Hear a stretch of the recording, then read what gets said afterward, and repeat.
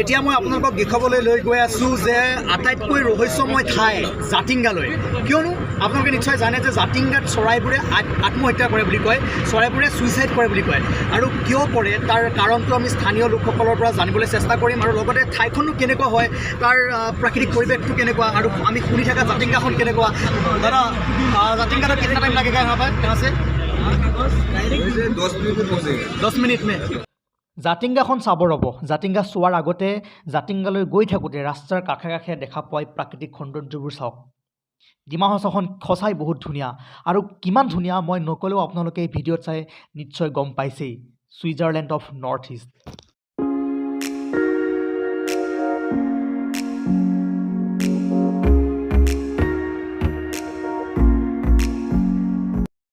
সৰুৰে পৰা শুনি থকা ঠাইখন ফাইনেলি আহি পালোঁ। এয়া চাওক, ইয়াত লিখা আছে ৱেলকাম টু জাতিংগা বাৰ্ড ৱাচিং টাৱাৰ। আৰু ইয়াতে কি হয়, এইখিনি ঠাই ইমান মানে ৰহস্যময় ঠাই, আগৰ পৰা শুনি আছিলোঁ যে চৰাইবোৰ আহি ইয়াতে মৰি যায়। গতিকে এইখনেই হৈছে ৰহস্যময় ঠাই জাতিংগা, য'ত চৰাইবোৰে আহি আত্মহত্যা কৰে। আৰু মই যিমানখিনি পাৰোঁ ওপৰৰ পৰা সম্পূৰ্ণ জাতিংগা ভিলেজখন আপোনালোকক দেখুৱাবলৈ চেষ্টা কৰিছোঁ। আৰু সেইখনেই হৈছে সেইখন জাতিংগা যি সৰুৰে পৰা আমি শুনি আছিলোঁ, য'ত পক্ষী আহি মৰে বুলি কয়। আৰু আজি দেখিবলৈ পাই নিশ্চয় ভাল লাগিছে, কাৰণ কিতাপত পঢ়ি থকা বা নিউজত দেখি থকা ঠাইখন যেতিয়া নিজেই নিজ চকুৰে দেখিবলৈ পাওঁ তেতিয়া নিশ্চয় ভাল লাগে। আৰু এইখন অকল আমাৰ অসমৰ বুলিয়েই নহয়, কাৰণ পৃথিৱীৰ কাৰণে এটা ৰহস্যময় ঠাই। ইয়াতে শুনামতে বিশ্বৰ বিভিন্ন ঠাইৰ বৈজ্ঞানিকে আহি ইয়াতে পৰীক্ষা নিৰীক্ষা কৰিছে যে বাৰ্ডবোৰ কিয় মৰে। তাৰ এতিয়ালৈকে মানে সঠিক যিটো মানে কিয় মৰে, সঠিক ৰিজনটো এতিয়ালৈকে পোৱা নাই। এটা ৰিজন মতে যেতিয়া বিভিন্ন ঠাইৰ পৰা চৰাইবোৰে পৰিভ্ৰমণ কৰিবলৈ আহে আৰু ৰাতি এই জাতিংগাৰ ভিলেজত যেতিয়া লাইটবোৰ জ্বলি থাকে, সেই লাইটত চৰাইবোৰে আহি খুন্দা খাই তলত পৰি যায়।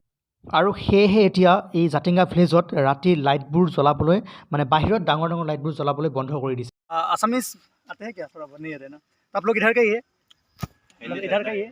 और वो जातिंगा फेमस है क्योंकि वहाँ पे सीढ़िया मर जाता है ना गिर के।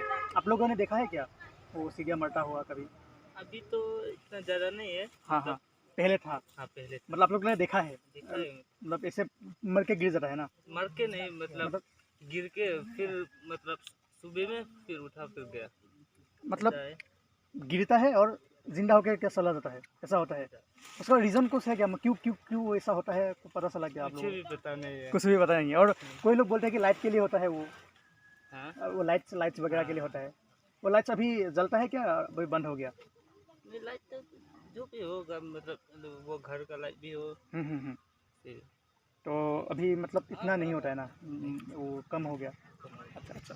তো আমাৰ ইয়াৰ লোকেল পিপুলে জনোৱা মতে যে এতিয়া কমিছে, আগতে দেখিছে তেওঁলোকে মৰাটো, আৰু ৰিজনটো তেওঁলোকেও নাজানে। আৰু এওঁ কোৱা মতে শুনিলোঁ যে কি সন্ধিয়া পৰে ৰাতিপুৱা আকৌ উঠি গুচি যায়।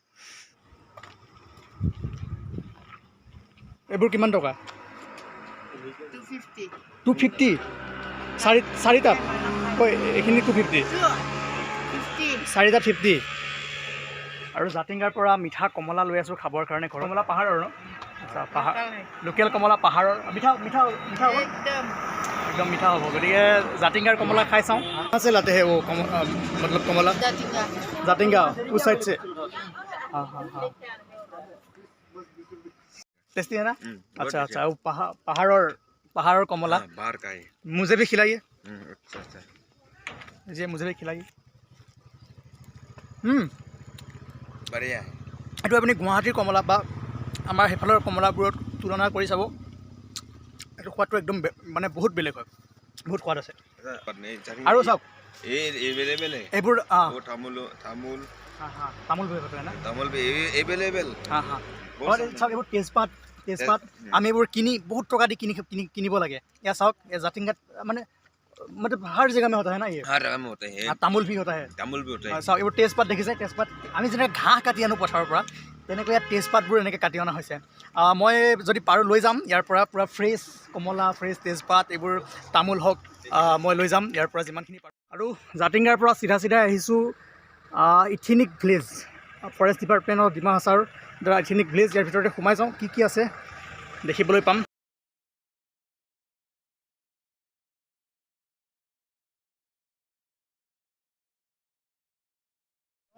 জাতিংগাৰ পৰা মই আহিছোঁ ইথেনিক ভিলেজলৈকে। ইথেনিক ভিলেজ কি হয় সুধিলে গম পাম।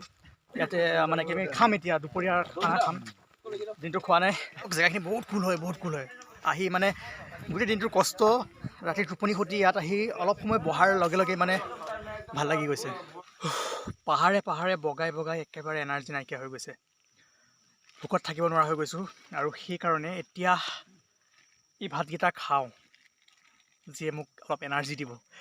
গোটেই পাহাৰৰ ওপৰতে ঘূৰি ফুৰিছোঁ আৰু এই ভিডিঅ'টো আজি ইমানতে সমাপ্ত কৰোঁ। কিন্তু নেক্সট ভিডিঅ'টো ইয়াতকৈ বেছি ইম্পৰ্টেণ্ট, কাৰণ আজি ৰাতি আমি ক'ত থাকিম জানেনে?